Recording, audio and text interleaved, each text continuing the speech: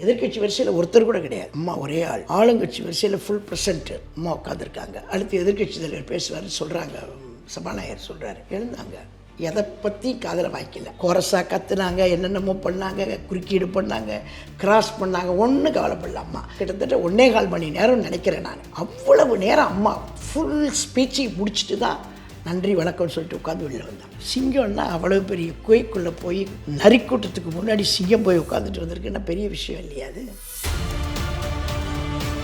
பேசுகிறது ரொம்ப ஒரு நட்பு ரீதியாக ஒரு ஃப்ரெண்ட்லியாக அவங்க சொன்ன வார்த்தை. அதை நான் இது வரைக்கும் யார்ட்டையும் சொன்னதே கிடையாது.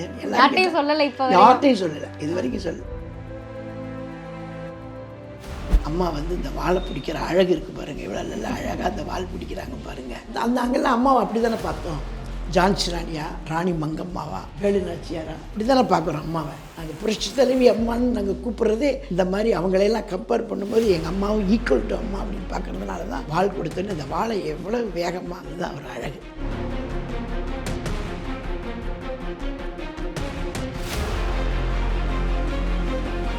பறவைகளுக்கு எப்படி அவங்க கூடு அடையும் போது சந்தோஷம் கிடைக்குமோ அது மாதிரி மனுஷங்களுக்கு வீடு சேரும்போது தான் ஒரு சந்தோஷம் கிடைக்கும். இந்த வீடு உங்களுக்கு எப்படிப்பட்ட அனுபவங்களை கொடுத்துருக்கு? எத்தனை வருஷமாக இங்கே இருக்கீங்க மேம்? 85 1985ஆவது ஆண்டு இந்த வீட்டுக்கு நாங்கள் புதுசாக வந்தோம். நீங்கள் அதை கணக்கு போட்டுருக்கீங்க எத்தனை வருஷம் ஆயிருக்குன்னு. அதுலேருந்து இங்கே இருக்கிறோம். இது இங்கே வந்ததுக்கு பிறகு தான் நான் 2 முறை அமைச்சராக இருந்திருக்கேன். மேம், இப்போ நீங்கள் 2 முறை அமைச்சராக இருந்தீங்க அப்படிங்கும் பொழுது வேலைப்படும் எல்லா காரணமாகவுமே நம்ம கோட்ரஸ் அப்படிங்கிறது கவர்மெண்ட் நமக்கு ஒதுக்கியிருப்பாங்க. ஆனால் நாங்கள் கேள்விப்பட்ட வரையும் நீங்கள் கவர்மெண்ட் கோட்ரஸ் கூட யூஸ் பண்ணல, வீட்டில் தான் இருந்தீங்க அப்படிங்கிற அந்த ஒரு விஷயம் நாங்கள் கேள்விப்பட்டோம். அது ஏன் மேம்? அதுக்கு 2 காரணம் இருக்குது. ஒன்று சிட்டியில் நான் சட்டமன்ற உறுப்பினராக தேர்ந்தெடுக்கப்பட்டு அமைச்சரானேன். அப்போ நகரத்தில் இருக்கக்கூடிய மக்கள் என்னை ரொம்ப ஈஸியாக பார்த்து அவங்களுடைய கோரிக்கைகளை சொல்கிறதுக்கு இந்த எல்லாரும் வசிக்கக்கூடிய பகுதிகளில் நான் இருந்தால் அவங்க சீக்கிரமாக ஈஸியாக என்னை அப்ரோச் பண்ணுறதுக்கு வசதியாக இருக்கும். அது ஒரு அமைச்சருடைய பங்களாவுக்கு போகும்பொழுது அது அந்த ஒரு மந்திரி வாழ்க்கை மாதிரி இருக்கும். அதனால் அப்படி இருக்க வேண்டாம், ஒரு வேறுபட்டு இருக்கணும் அப்படின்றதுக்காக தான் நான் இந்த வீட்டையே சூஸ் பண்ணி இங்கே இருந்தேன். ஆமாம், இந்த புகைப்படம் யாருடையது? இது என்னுடைய அப்பா. இது என்னை செதுக்கின சிற்பி அவர். நான் சிறுவயது காலத்திலேயே பிறந்த உடனேயே அவர் ஒரு கனவுகளோடையே என்னை வளர்த்தார். இதுக்கு முன்னாடி எனக்கு என்னுடைய அக்கா ஒருத்தங்க இருந்தாங்க. எங்கள் அப்பா இயற்கையாகவே திராவிட இயக்கத்து மேலே ரொம்ப பற்று கொண்டவர். இராணுவத்தில் இருந்தாங்க அவங்க. இராணுவத்திலேருந்து இங்கே வந்த உடனேயே ஓய்வு பெற்று வந்த உடனேயே பெரியார் மேலே பற்று வச்சு திராவிட இயக்கத்தில் எப்போவுமே இந்த மாதிரி கருப்பு துண்டு தான் போட்டுட்ருப்பாங்க. எங்கள் ஊர்லேயே கருப்பு சட்டக்கார வீடுதுன்னு எல்லாரும் தெரியும். எனக்கு என்னுடைய மூத்த சகோதரி ஒருத்தங்க இருந்தாங்க. அவங்களுக்கு பேரே சத்தியவாணின்னு முத்துன்னு தான் பேர் வச்சாங்க. அவங்க அண்ணாவுடைய அமைச்சரவையில் அவங்க இருந்தவங்க சத்தியவாணி முத்துன்னு திராவிட இயக்கத்துலேருந்து இப்போ இல்லை. அவங்க ஒரு ஆளுமை மிக்க பெண்ணாக கொண்டு வரணும், அதுவும் அமைச்சராக வரணும்னே அப்பா ஒரு கனவு வச்சுக்கிட்டே என்னை அப்படியே கொண்டு வந்தாங்க. ஆமாம், அடுத்ததாக இருக்க இந்த புகைப்படத்தில் இருக்கவங்க அது என்னுடைய கணவருடைய அப்பாவும் அம்மாவும். அவங்க கடைசி காலம் வரைக்கும் எங்கள் கூடவே நாங்கள் தான் இருந்தாங்க. ரொம்ப அன்பாக இருப்பாங்க எல்லாருமே. ஒரு மாமியார் மாமனார் மாதிரியே இருக்க மாட்டாங்க, ஒரு பொண்ணு மாதிரியே தான் எங்கிட்ட ட்ரீட் பண்ணாங்க. அம்மா உங்களை பார்க்குற பார்வை அப்படிங்கிறதே அது ஒரு பிரியம் கலந்த பார்வையோடு அவங்க பார்க்குறாங்க. இன்னொன்று 2 பேரும் ஒரே கலரில் அந்த ட்ரெஸ் போட்டிருக்கீங்க. இயற்கையாகவே பச்சை புடவை கட்டின்னு தான் போனேன். ஆனால் அம்மாவுக்கு பச்சை தான் பிடிக்கும்னு சொல்லுவாங்க. ஏன்னா அடிக்கொரு தடவை அம்மா பச்சை சேலை தான் கட்டியிருப்பாங்க. எந்த சிலைகள் கட்டியிருந்தால் கூட அம்மா பச்சை தான் அடிக்கொரு தடவை கட்டுவாங்க. நானும் எதேச்சியாக பச்சை கட்டிட்டு வந்தேன்னே அம்மா ஒரு இதாக பார்க்குறாங்க. அம்மாவுக்கு எப்போவுமே பிரிய ஜாஸ்தி, ஒரு அன்பு. கோவப்படும் போது கோவப்படுவாங்க, அன்பு காட்டும் போது அன்பு காட்டுவாங்க. இத்தனை ஆண்கள் இருக்காங்க, ஆண்களுக்கு மத்தியில் அந்த ஆட்சியில் 2 பெண்களாக இருக்கும்போது அதுவே ஒரு மிகப்பெரிய ஒரு இது இல்லை, அது எப்படி இருந்துச்சு? அதுதான் நாங்கள் இப்போல்லாம் பெண்களை அம்மாவை இன்றைக்கும் தெய்வமாக நினைக்கிறதுக்கு காரணமே, அம்மா எப்போவுமே பெண்களுடைய வளர்ச்சி, பெண்களுக்கு ஒரு ஆளுமைத்தன்மை கொடுக்கறது, பெண்கள் எந்த நிலையிலையும் அவங்க உயர்வாக இருக்கணும் அப்படின்னு அம்மா எப்போவுமே நினைப்பாங்க. அந்த மாதிரி நினைக்கும் போது நாங்கள் இவங்க இத்தனை பேருக்கு முன்னாடி 2 பேர் நிற்கிறது எங்களுக்கு பெரிய பெருமை இல்லையா? அம்மா அவ்வளோ அன்போடும் அவ்வளோ பாசத்தோடும் திரும்பி உங்ககிட்ட சிரிச்சுக்கிட்டே பேசுகிற மாதிரியான விஷயம் இருக்குது. இந்த படம் எனக்கு ரொம்ப பிடிச்ச படம். இந்த படம் அதாவது இந்த மாதிரி நிறைய ஃபோட்டோக்கள் நான் பார்த்தது கிடையாது. இந்த மாதிரி நிறைய இடங்களுக்கு போகும்பொழுது இது இந்த நம்ம இப்போ ஃபோரம் மால் இருக்கு இல்லையா, இப்போ தான் ஃபோரம் மால். அப்போ அது விஜய சேஷ மஹால்னு இருந்துச்சு. அந்த கல்யாண மண்டபத்துக்கு பேர். அங்கே தான் எங்கள் கட்சியினுடைய பொதுக்குழு செயற்குழுலாம் நடக்கும் எப்போவுமே. அம்மா வந்ததுலேருந்து அங்கே தான் நடக்கும். அப்போது ஒரு பொதுக்குழு நடந்துகிட்ருக்கும் பொழுது நாங்கள் முன் வரிசையில் தான் உட்காந்துருந்தோம். அப்போ அம்மா வந்து கீழே உட்காந்துருந்தவங்க என்னை பார்த்துட்டு இருந்தாங்க. பார்த்துட்டு இருக்கும்போது திடீர்னு ஒருத்தர்கிட்ட சொல்லி என்னை கூப்பிட்டாங்க. அவங்க வந்து என்னை கூப்பிட்டோடனே நான் மேலே போனேன்.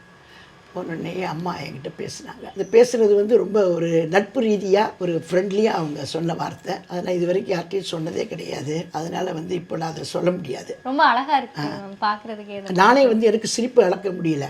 அம்மா என்கிட்ட கேட்ட கேள்வி நான் சொன்ன பதில் சிரிக்க முடியல. அவங்க சிரிச்சிட்டாங்க. அவங்க கீழே வந்து எல்லாருமே கேட்டாங்க. அதெல்லாம் ஒன்றும் இல்லை, வேறு சொன்னாங்கன்னு போயிட்டு யார்ட்டையும் சொல்லலை. இப்போ யார்ட்டையும் சொல்லலை, இது வரைக்கும் சொல்லலை. அடுத்தது இந்த பக்கம் வந்தோம்னா வீட்டோட என்ட்ரன்ஸ்லேயே வந்து அம்மாவுடைய புகைப்படம் இருக்குது. உள்ளே வந்ததும் நம்ம பார்க்குற முதல் புகைப்படம் இதுதான். இது வந்து அம்மா வந்து அம்மாவை எப்படி சொல்கிறதுன்னு என்ன வார்த்தை சொன்னாலும் அது அம்மாவுக்கு வந்து பொருந்துகிற வார்த்தை. தெய்வம்னு சொல்லலாம், குருன்னு சொல்லலாம், இல்லை நமக்கு ரோல் மாடல்னு சொல்லலாம். எல்லாமே அம்மாவுடைய முகத்தை பார்த்தாலேயே ஒரு தெய்வத்தை நேரடியாக பார்த்து பேசுகிற மாதிரி ஒரு ஃபீலிங் வந்துடும். அதனால் அம்மா படம் அங்கே வச்சுருக்கிறோம். என்ட்ரன்ஸில் வரும்போது யார் வந்தாலும் அம்மாவை பார்த்துட்டு தான் வரணும். உள்ள நிறைய புகைப்படங்களை வந்து ஒன்று சேர்த்து வச்சுருக்கீங்க. நிச்சயம் இதுக்கு பின்னாடி ஒரு மிகப்பெரிய ஒரு நினைவலை இருக்கும். இந்த ஃபோட்டோ பற்றி சொல்லுங்கள். 1984 புரட்சி தலைவர் இங்கே தமிழ்நாட்டில் இல்லை, அவருக்கு உடல்நலம் சரியில்லாமல் அமெரிக்காவில் இருந்தாங்க. அந்த நேரத்தில் மயிலாப்பூர் தொகுதியில் எனக்கு வந்து கட்சி போட்டியிடுறதுக்கு வாய்ப்பு கொடுத்தாங்க. அப்போது நாங்கள் போட்டிட்டு ஜெயித்த நேரம் 84 ஆண்டுக்கு ஒரு முறை வந்து இந்த மாதிரி எம்எல்ஏஸ் வந்து டூர் அழைச்சிட்டு போவாங்க. அப்போ நாங்கள் போகும்பொழுது எப்போவுமே இந்த சட்டமன்ற குழுவில் போகிறவங்கெல்லாம் அந்த ஊரில் இருக்கக்கூடிய சட்டமன்ற கட்டடங்கள், அந்த ஊரில் இருக்கிற முதலமைச்சர், அந்த ஊரில் இருக்கக்கூடிய முக்கியமான பிரமுகர்கள் அப்படி சந்திக்கிறதுக்கு அவங்ககிட்ட நேரம் வாங்கிட்டு பார்க்க போவாங்க. அப்படி போய் பார்த்தது தான் அவர் வந்து குடியரசுத் தலைவர் ஜெயலலிதா, துணை குடியரசுத் தலைவர் வெங்கட்ராமன், இவங்களெல்லாம் போய் பார்த்தது அப்போ தான் பார்த்தது. எங்களோட வாங்கியிருக்கிறவங்களாம் சட்டமன்ற உறுப்பினர்கள். இங்கே ஒரு 2 புகைப்படங்கள் இருக்குது. எனக்கு தெரிஞ்சு இந்த புகைப்படத்துக்கும் இந்த புகைப்படத்துக்கும் 50 வருட இடைவேளை அப்படின்னு சொல்லி கேள்விப்பட்டோம். சொல்லுங்கள் ma'am, from this to that. இது வந்து திருமணமான புதுசில் எடுத்தது. இப்போ நீங்கள் சொன்ன இந்த 50 வருஷத்தினுடைய கேப்பு, அதில் அந்த வயசு உங்களுக்கு அது தெரியும். அதில் இந்த ஃபோட்டோ பார்த்தீங்கன்னா என்னுடைய கணவருக்கு தான் வயசு தெரியும், எனக்கு தெரியாது. பாருங்கள் அந்த ஃபோட்டோவை, சரியா? வயசு அவருக்கு தான் அதிகமாக இருக்க மாதிரி தெரியும். நான் எப்போது எங்கே இருக்கிற மாதிரி தான் இருப்பேன். கணவருடைய பிறந்த நாள் அன்றைக்கி எடுத்தோம் நாங்கள். ஒரே வார்த்தையில் அவரை பற்றி சொல்லணுன்னா அவர் எங்கள் இன்னொரு அப்பா. அதான் அதில் அந்த எங்கள் அப்பா எப்படியெல்லாம் இருந்தாரோ அதே மாதிரி இன்னொரு அப்பா. அடுத்ததாக நாங்கள் வந்து இந்த வீட்டில் ஒரு சூப்பரான ஒரு ஃபோட்டோ பார்த்தோம். அந்த ஃபோட்டோவும் அந்த ஃபோட்டோவில் இருக்கவங்களை பற்றின விஷயங்களையும் உங்ககிட்ட கேட்டு தெரிஞ்சுக்கணும்னு ஆசைப்பட்றோம். இந்த ஃபோட்டோ தான் மேம் அது. இது வந்து என்னுடைய பெரிய மருமக, இது வந்து என்னுடைய சின்ன மருமக. 2 பேரையும் மருமகன்னு தான் நான் வந்து கொண்டு வந்தனே தவிர வந்த நாள்லேருந்து இன்றைக்கு வரைக்கும் பொண்ணுங்களாக தான் வச்சிட்ருக்கிறேன். எனக்கு பொண்ணுங்க தான் 2 பேர். ஏன்னா எனக்கு பொண்ணு கிடையாது, 2 பேரும் பசங்க தான். இன்றைக்கி வரைக்கும் அவங்க வந்து அம்மா அப்படின்ற வார்த்தைக்கு அடுத்த வார்த்தை அவங்க பேசுனதே கிடையாது. அவங்க அம்மா கிட்ட என்ன உரிமையில் அவங்க பேசுவாங்களோ அதே உரிமையை தான் இன்றைக்கி வரைக்கும் 2 மருமகளும். ஒரு அத்தை மாமின்லாம் கூப்பிடவே மாட்டாங்க. தாலி கட்டிட்டு என்றைக்கு இந்த வீட்டுக்குள்ளே கால் வச்சாங்களோ அன்னையிலேருந்து என்னை அம்மா அப்பான்னு தான் கூப்பிட்டு. ஏதோ ஒரு விஷயம் அந்த புகைப்படத்துக்குள்ளே இருக்குது அப்படிங்கிறது தெரியுது. அம்மாவோட முகத்துலேயும் அந்த அன்புன்ற ஒரு விஷயம் அழகாக அந்த குழந்தை இந்த புகைப்படத்தை பற்றி சொல்லுங்கள். அம்மா வந்து ஒரு நாள் என்னை கோட்டையில் கூப்பிட்டு கேட்டாங்க, இந்த மாதிரி நம்ம கொண்டு வந்த தொட்டில் குழந்தை திட்டத்தில் நிறைய குழந்தைகளை வந்து நம்ம வந்து என்ஜிஓக்கள்கிட்ட ஒப்படைச்சி வளர்க்க சொல்லியிருக்கோம். இப்போ அந்த குழந்தைங்கள்லாம் எந்த நிலையில் இருக்காங்கன்றதை நீங்கள் பார்த்துட்டு வாங்க அப்படின்னு அம்மா சொன்னாங்க. அப்போ சொல்லும் பொழுது நாங்கள் வந்து அந்த குழந்தைங்களுடைய ஹிஸ்ட்ரியெல்லாம் எந்தெந்த ஹோமில் இருக்காங்கன்றதை வந்து நாங்கள் கண்டுபிடிச்சி அந்தந்த ஹோமுக்கெல்லாம் போகும்பொழுது அந்த பிள்ளைங்கள்லாம் ஒரு கொஞ்சம் பெரிய பிள்ளைங்களாக இருந்தது. பெண் பிள்ளைங்கள்லாம் ஒரு கிட்டத்தட்ட ஒரு 6 வயசு 7 வயசு அப்படிலாம் இருந்தாங்க. அப்போது அங்கே இருக்கக்கூடிய என்ஜிஓஸ் வந்து அந்த குழந்தைங்களெல்லாம் நாங்கள் வெளிச்சத்துக்கு கொண்டு வந்தால் வந்து அந்த அவங்களுடைய ஸ்பாயில் ஆகிடும் அவங்க லைஃப் அப்படின்ற மாதிரி எங்ககிட்ட அவங்க சொல்லிட்டாங்க. சொல்லிவிட்டு நீங்கள் வேணால் அவங்கள்ட்ட பேசிக்கோங்க, ஆனால் வெளியில் கொண்டு வந்தால் தெரியும் அப்படின்னு சொன்னாங்க. அப்போ நாங்கள் சொன்ன முதலமைச்சர் வந்து இந்த குழந்தைங்களை பார்த்து ஆசீர்வதிக்கணும்னு தான் கேட்குறாங்க.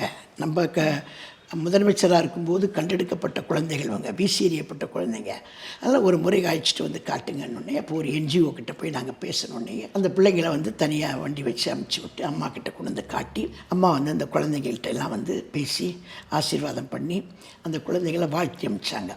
அன்றைக்கு வந்து ஒரு பொன் குழந்தை வந்து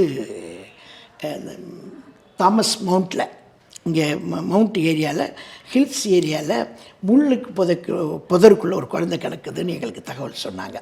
முதல்ல இப்படி குழந்தைங்க கிடச்சா முதல்ல எங்ககிட்ட சொல்லுவாங்க, அடுத்தது போலீஸ் ஸ்டேஷனில் சொல்லுவாங்க. தெருவில் வீசின குழந்தைங்க கொஞ்சம் காயமெல்லாம் இருக்கும் இல்லையா, முள்ளில், அதெல்லாம் இது பண்ணி அந்த குழந்தையை கொண்டு போய் அம்மா கிட்ட கொண்டு போய் கொடுக்கும்போது எடுத்த ஃபோட்டோ இந்த ஃபோட்டோ. அம்மா வந்து இந்த பிள்ளைங்க, இந்த கிரெடில் பேபிஸை வந்து அம்மா வந்து ரொம்ப தன்னுடைய குழந்தைகளை வந்து நேசிக்கிற மாதிரி நேசித்தாங்க. அன்றைக்கி நான் பார்க்கும்போது அப்போ தான் தெரிஞ்சுக்கிட்டேன். அந்த குழந்தைங்கிட்ட அவங்க பேசின விதம், அவங்க நடந்துக்கிட்ட விதம், அவங்க அந்த குழந்தைகளை கட்டி அணைச்சது, இதெல்லாம் ரொம்ப ஒரு எனக்கு என் வாழ்க்கையில் மறக்கவே முடியாது. அப்படி ஒரு சந்தர்ப்பத்தை அம்மா எனக்கு கொடுத்தாங்கன்னு நினைக்கும் போதே நான் ரொம்ப பெரிய பாக்கியமாக நினைக்கிறேன். சின்ன வயசில் எடுத்துக்கிட்ட மாதிரி அந்த கருப்பு வெள்ளை புகைப்படங்களாக இருக்குது. இந்த புகைப்படம் ஒரு பொங்கல் வந்தால் எனக்கு கருப்பு கலரில் சேலை, சிவப்பு கலர் சட்டை, இல்லைன்னா கருப்பு கலரில் பாவாடை, சிவப்பு கலரில் தாவடி, சிவப்பு கலரில் ஜாக்கெட்டு, இப்படியே தான் எடுத்துகிட்டு வந்து கொடுப்பாங்க. சின்ன வயசில் நான் பேசுகிற புகைப்படம் அது. உங்களுடைய மேடை பேச்சு அப்படிங்கிறத அம்மா நிறைய இடங்களில் கேட்டிருப்பாங்க. ஏதாவது ஒரு பேச்சு அவங்க ரொம்ப ரசித்து பாராட்டின அனுபவம் அப்படின்னு சொல்லியிருக்காங்க? இருக்குமா, இருக்கு. பொதுக்கூட்ட மேடைகளை விட சட்டசபையில் நான் பேசக்கூடிய அந்த பேச்சை வந்து கிட்டத்தட்ட சட்டசபையில் ஒரு அமைச்சர்கள் வந்து அவங்க சம்மந்தப்பட்ட துறைகளில் வந்து பதிலளிக்கும் போது கிட்டத்தட்ட 1 மணி நேரம் பேசுவாங்க, இல்லைன்னா 3/4 மணி நேரம் பேசுவாங்க. அப்போது அந்த மாதிரி வரும்பொழுது என்னுடைய டிமாண்டு வரும்பொழுது வருஷம் நடக்கும், 5 வருஷம் நடக்கும். ஆக 10 வருஷமும் அந்த இருக்கும் பொழுது அம்மா வந்து நான் பேசும்பொழுதெல்லாம் அங்கே உட்காந்து கவனமாக கேட்பாங்க. அப்போ ஒரு தடவை நான் பேசும்போது அம்மா குலுங்கி சிரித்தாங்க. சிரிச்சிட்டு சபை முடிஞ்சிச்சு, வெளியில் போய் நின்றுட்டு என்னை கூப்பிட்டு விட்டாங்க. அம்மா போகிற வழி வேறு, நாங்கள் போகிற வழி வேறு. இப்படி தொட்டு ரொம்ப நல்லா பேசுனீங்க வளர்மதி, ரொம்ப சிறப்பாக இருந்துச்சு, ரொம்ப சிறப்பாக இருந்துச்சு. எல்லாத்துக்கும் மேலே உலகத்தமிழ் மாநாடு நடந்துச்சு தஞ்சாவூரில், கருத்தரங்கம். அதில் பேசுகிறதுக்கு வந்து கூப்பிட்டுருந்தாங்க. பெண்கள் கருத்தரங்கம் தான் அது. அதில் நிறைய பெண்கள் வந்து பொதுவான பெண்கள், அரசியலுக்கு அப்பாற்பட்ட பெண்கள் எல்லோரும் வந்தது. ஒரு 6 பேர் 7 பேர் இருக்கும். அப்போ அம்மா உட்காந்துருக்காங்க, கீழே உட்காந்துருக்காங்க, மேலே கருத்தரங்கம் நடக்குது, தஞ்சாவூரில் நடக்குது மாநாடு. அப்போது அந்த மாநாட்டில் வந்து எல்லோரும் பேசுனாங்க. அப்போ நானும் பேசினேன்.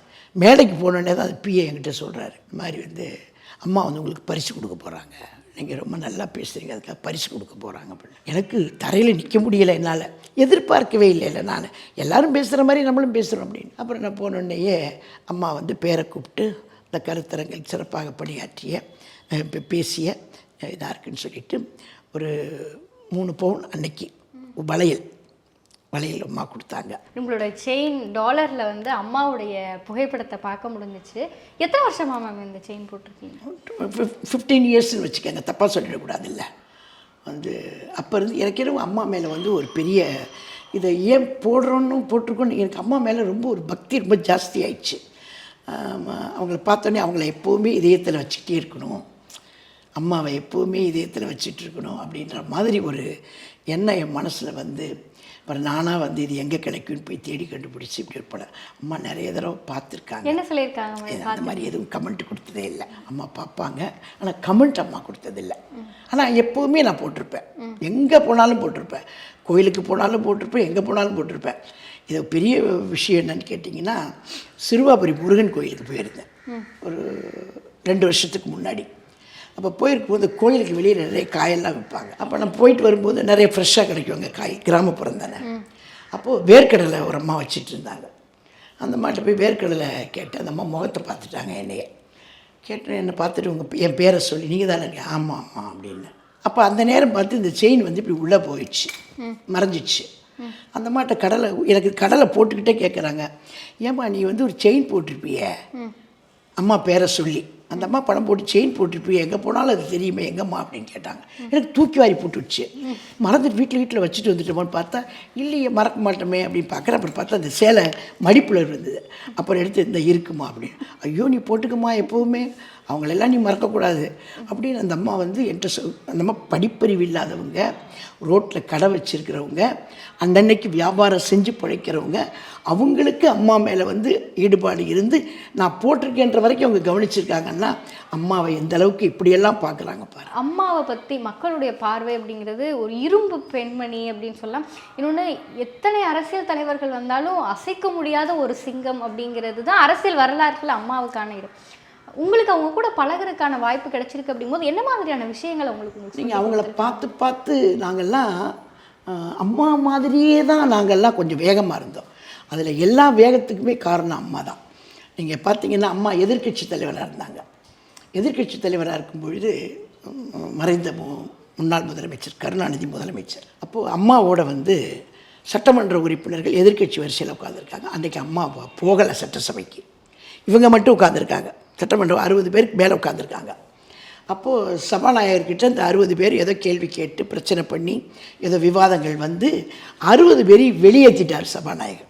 60 பேர் வெளியே போங்கன்ட்டார். இப்போ தானே உங்களை வெளியேற்றிருக்கிறாங்க, நான் போகிறேன் அப்படின்னாங்க. இவங்க எல்லாம் எம்எல்ஏக்கள், முக்கியமான கட்சிக்காரவங்க எல்லோரும், மூத்த தலைவர்கள்லாம் போய், அம்மா நீங்கள் போகாதீங்கம்மா, நீங்கள் போகாதீங்க, அவனுக்கு அசிங்கப்படுத்துவாங்க.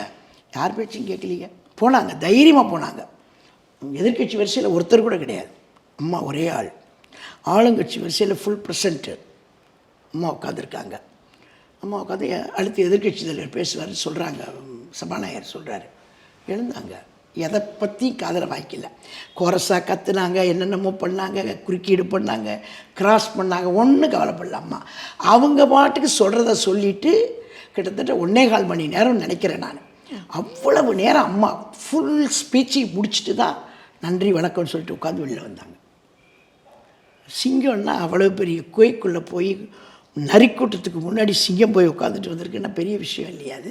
அடுத்ததான் மிக முக்கியமான புகைப்படமா இந்த புகைப்படத்தை நாங்கள் பார்த்தோம். அப்துல் கலாம் ஐயா கூட இருக்கீங்க, இந்த புகைப்படத்தை பற்றி சொல்லுங்கம்மா. இது எப்போவுமே வந்து இந்த மாதிரி குடியரசுத் தலைவர்கள் வரும்பொழுது, பிரதமர் வரும்பொழுது, இந்த கேபினெட்டில் இருக்கக்கூடிய அமைச்சர்கள் முதலமைச்சரோடு போய் வரவேற்பு கொடுக்குறதுன்றது ஒரு மரபு, அதை தொடர்ந்து செய்கிறது பழக்கம்.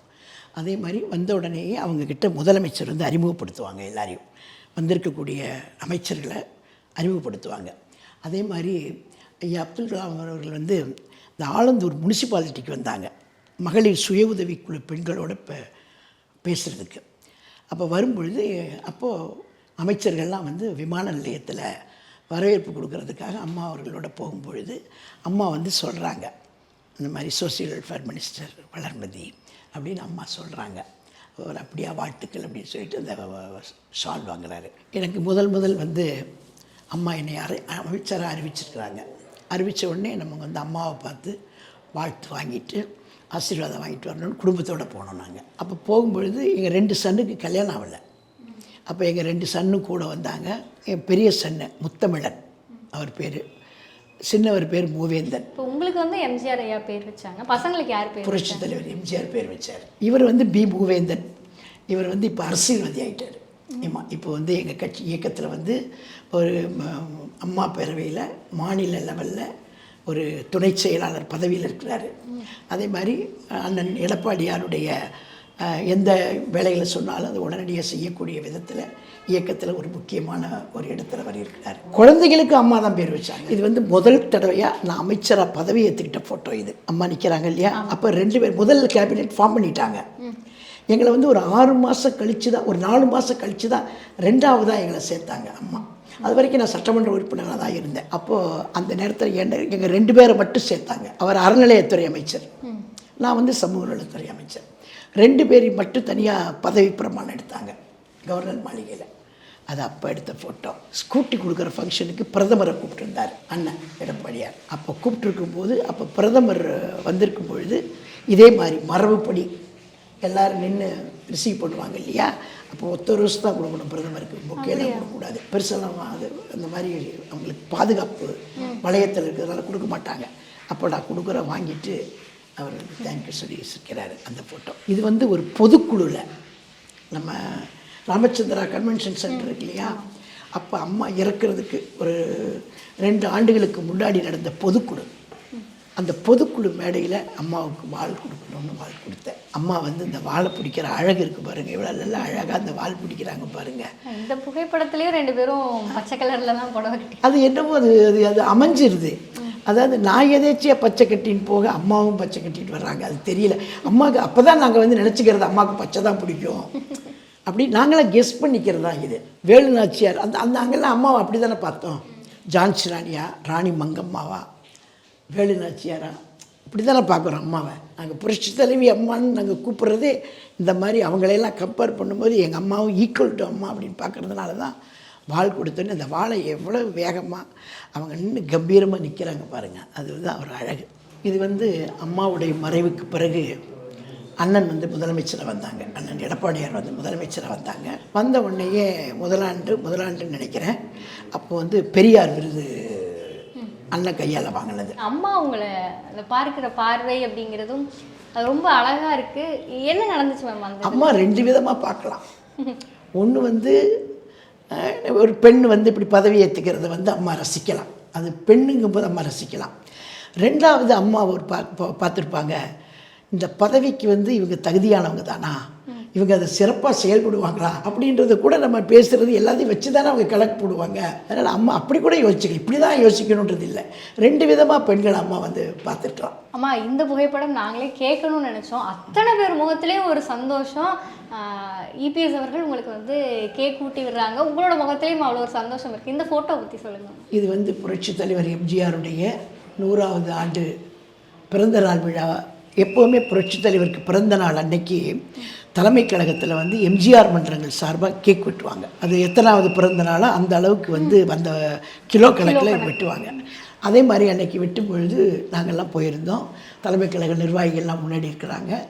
அப்போது வந்து எப்போவுமே வந்து எப்படி அம்மா வந்து பெண்களுடைய வளர்ச்சியில் அதிகமாக அக்கறை எடுத்துக்கிட்டாங்களோ அதே மாதிரி அண்ணன் எடப்பாடியாரும் அவரால் உருவாக்கப்பட்டவர் தான் அண்ணன் எடப்பாடியார். அதனால் அவரும் அதே மாதிரி எப்போவுமே பெண்களுக்கு ரொம்ப மரியாதை கொடுப்பாங்க. யாரையுமே ஒருத்தரை கூட அந்த ஒரு மரியாதை வந்து என்றைக்குமே குறைவாகவே அவங்க நடத்துகிறதே கிடையாது. இந்த மாதிரி விழாக்கள் நடக்கும்போது பெண்களுக்கு தான் முதல்ல கேக் கொடுப்பாங்க அண்ணன்.